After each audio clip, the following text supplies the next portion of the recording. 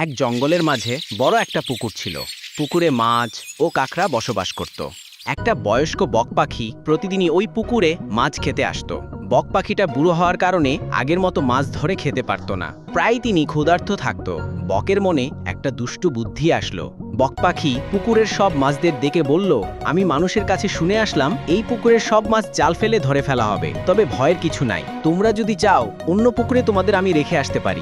মাছেরা বকের প্রস্তাবে রাজি হয়ে গেল এবং প্রতিদিনই বকের মুখে উঠতে লাগলো। এভাবে প্রতিদিন মাছদের নিয়ে বক পাখি খেতে থাকলো। একদিন কাকড়া বককে বলল, আমি ওই পুকুরে যেতে চাই, আমাকে নিয়ে চলো। বক পাখি কাকড়াকে তার পিঠে নিয়ে উড়াল দিল। যখন উড়ে যাচ্ছিল, কাকড়া তখন খেয়াল করলো নিচের দিকে অনেক মাছের কাঁটা ছড়িয়ে ছিটিয়ে পড়ে আছে। কাকড়া বকের চালাকি ধরে ফেললো। কাকড়া এবার বকের ঘাড় টিপে ধরলো ও বকটারে মেরে ফেললো। এই গল্প থেকে আমরা শিখলাম, অতি চালাকির ফল ভালো হয় না। কাউকে ঠকিয়ে বেশি দিন ভালো থাকা যায় না। ভিডিও ভালো লাগলে লাইক, শেয়ার, সাবস্ক্রাইব করে দিবেন। আল্লাহ হাফেজ।